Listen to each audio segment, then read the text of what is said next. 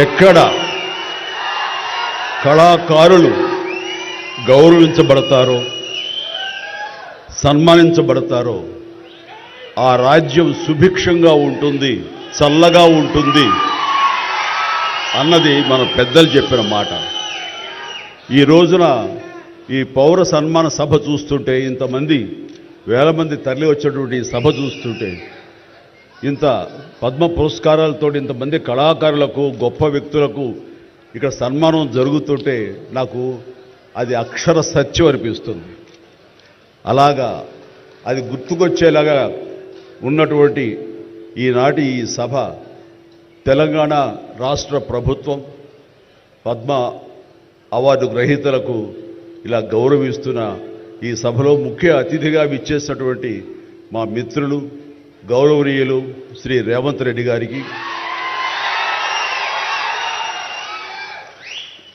మరొక సోదర సమానులు ఉప ముఖ్యమంత్రి బట్టి విక్రమార్క గారికి, ఈనాటి ఈ సభాధ్యక్షులు జూపల్లి కృష్ణారావు గారికి, మా సినిమాటోగ్రఫీ మినిస్టర్ కోమటిరెడ్డి వెంకటరెడ్డి గారికి, మరొక మిత్రులు మంత్రివర్యులు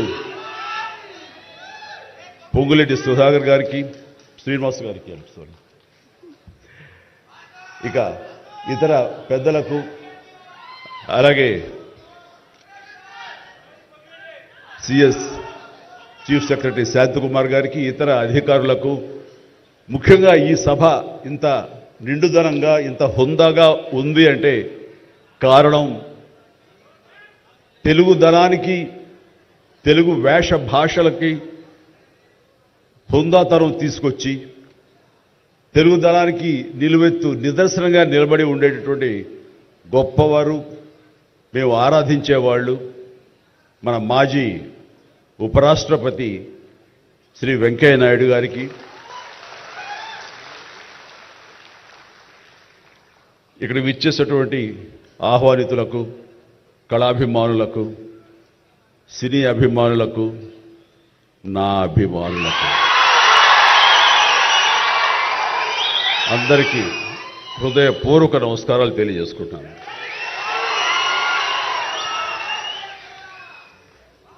నాకు నిజంగా మా ఇంట్లో అడిగారు, పద్మ విభూషణ్ అవార్డు అనౌన్స్ చేయగానే చాలా ఆనందంగా, ఎంత ఆనందపడుతున్నారు ఏంటంటే, నిజంగా పద్మభూషణ్ అవార్డు వచ్చినప్పుడు నాకు ఉన్న ఆనందం అంతా ఇంత కాదు.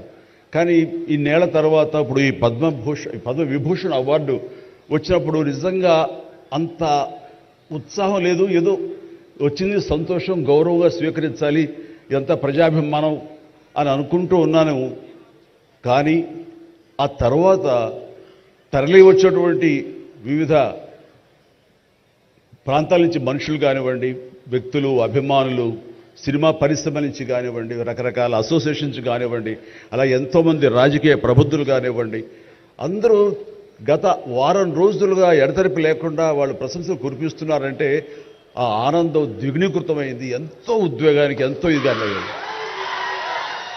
అవార్డు ఇవ్వని అభిమానం, అవార్డు ఇవ్వని ఉత్సాహం, ప్రోత్సాహం మీ కరతాళ ధ్వనుల ద్వారా, మీ ప్రశంసల ద్వారా ప్రతి ఒక్కళ్ళు మనసారా ఆశీర్వదిస్తుంటే, చాలు ఈ జన్మ, ఇది పూర్వజన్మ సుకృతం, ఎప్పుడో చేసుకున్న పుణ్యఫలం, మా అమ్మానాన్నలు వాళ్ళకి జన్మించేందుకు వాళ్ళు చేసిన పుణ్యఫలం నాకు ఈ విధంగా సంక్రమించిందంటూ నేను నిజంగా మనసు స్పందించి అలా భావిస్తాను. అదే మీ ముందు ఉంచుతున్నాను.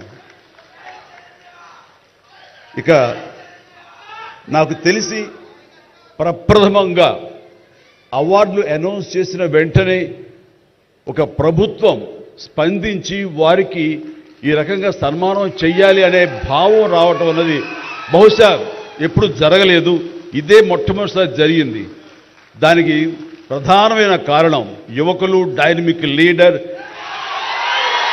మన ముఖ్యమంత్రి రేవంత్ రెడ్డి గారు, అలాగే వాళ్ళ సహచర మంత్రి వర్యులు, వీళ్ళందరూ ఒక్కడిగా అనుకుని స్పందించిన మనసుతోటి మన వాళ్ళని మనం గౌరవించుకోకపోతే ఎలాగ గౌరవించుకోవాలి అంటూ అన్నది నిజంగా చెప్తాను. సభాముఖంగా వారికి నా హృదయపూర్వక ధన్యవాదాలు తెలియజేస్తాను. అంటే సన్మానాలకి ఇక్కడ నేనున్నా కానీ మన వెంకయ్యనాయుడు గారు కానీ ఇతర పద్మ అవార్డీస్ కానీ ఎవరు కొత్త ఏం కాదు, వాళ్ళు రకరకాలుగా విధాలుగా వాళ్ళు సన్మానించబడుతూ ఉంటారు. కానీ సరిగ్గా ఇలాంటి సమయంలో ప్రభుత్వం ముందుకు రావడం అన్నది వారు ఈ కళాకారులకి కళలకి వారు ఇస్తున్న ప్రాముఖ్యతకి నిజంగా మనస్సు స్పందించి నేను నా అభినందనలు తెలియజేస్తున్నాను. ఇందులో భాగంగా నిన్న మొన్న ముఖ్యమంత్రి గారు అనౌన్స్ చేశారు, ఇక్కడ నంది అవార్డ్స్ అనేవి ఒకప్పుడు ఇస్తూ వచ్చావు. నంది అవార్డ్స్ అనేది తర్వాత అదేదో గత చరిత్రలాగా అయిపోయి మాకు అందరికీ చిన్న డిసప్పాయింట్మెంట్ ఉంది అటు ఇరు రాష్ట్రాల్లో కూడా. అరే కళాకారులు ఇంత నెగ్లెక్ట్ చేస్తున్నారు, ఇంత నిర్లక్ష్యపరుస్తున్నారు, ఎందుకు ఉత్సాహపరచట్లేదు? అది పెద్ద గొప్ప విషయం కూడా కాదు అది. అండ్ అది ఇస్తే కనుక చాలామంది చాలా ఉత్సాహం ఉంటుంది, ఆ ప్రోత్సాహంతో మరింత ముందుకెళ్తారు. తద్వారా ఎన్నో సినిమాలు కానీ నాటకరంగం కానీ ఇవన్నీ అభివృద్ధి చెందుతాయి. తద్వారా ఎంతోమందికి ఎంప్లాయ్మెంట్ కానివ్వండి, ఎంతోమంది ప్రోత్సాహం కళాకారులు ఇంకొంచెం రావడం కానివ్వండి. ఆ రకంగా ఈ రోజున చూస్తే కనుక మన సినిమాలు ప్రపంచవ్యాప్తంగా ముందుకెళ్తున్నాయంటే అలాంటి ప్రోత్సాహం అలాంటి ఉత్సాహం ఉండబట్టే. సో ప్రభుత్వ పరంగా కూడా అలాంటివి ఉంటే కనుక ఇది మరింత ముందుకెళ్ళడానికి అవకాశం ఉంది. అది గుర్తెరిగి ఈ రోజున ఆ అవార్డులు మళ్ళీ మనం రెజ్యూమ్ చేస్తాం, మళ్ళీ తిరిగి మళ్ళీ ఇస్తామని ఆ నిర్ణయం తీసుకోవటం, దానికి పేరు ప్రజాగాయకుడు. జీవితం అంతా కూడా రెవల్యూషనరీగా మార్పు తీసుకురావాలని ప్రయత్నించే నిరంతర శ్రామిక కళాకారుడు శ్రీ గద్దర్ గారు.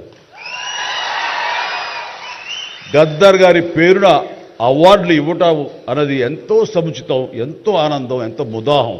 అలాంటి నిర్ణయం తీసుకున్నటువంటి మా ముఖ్యమంత్రి రేవంత్ రెడ్డి గారికి వారి సహచర్యులకి నేను మనస్ఫూర్తిగా